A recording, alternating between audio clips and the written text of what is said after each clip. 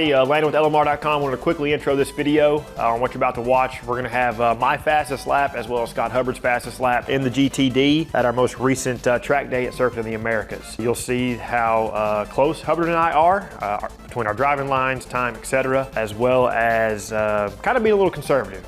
First time out with this car, definitely kind of had some jitters to shake loose, I guess you could say. But I think with a little bit more seat time, the car is definitely faster. But anyways, y'all enjoy the GTD for a lap around the Circuit of the Americas.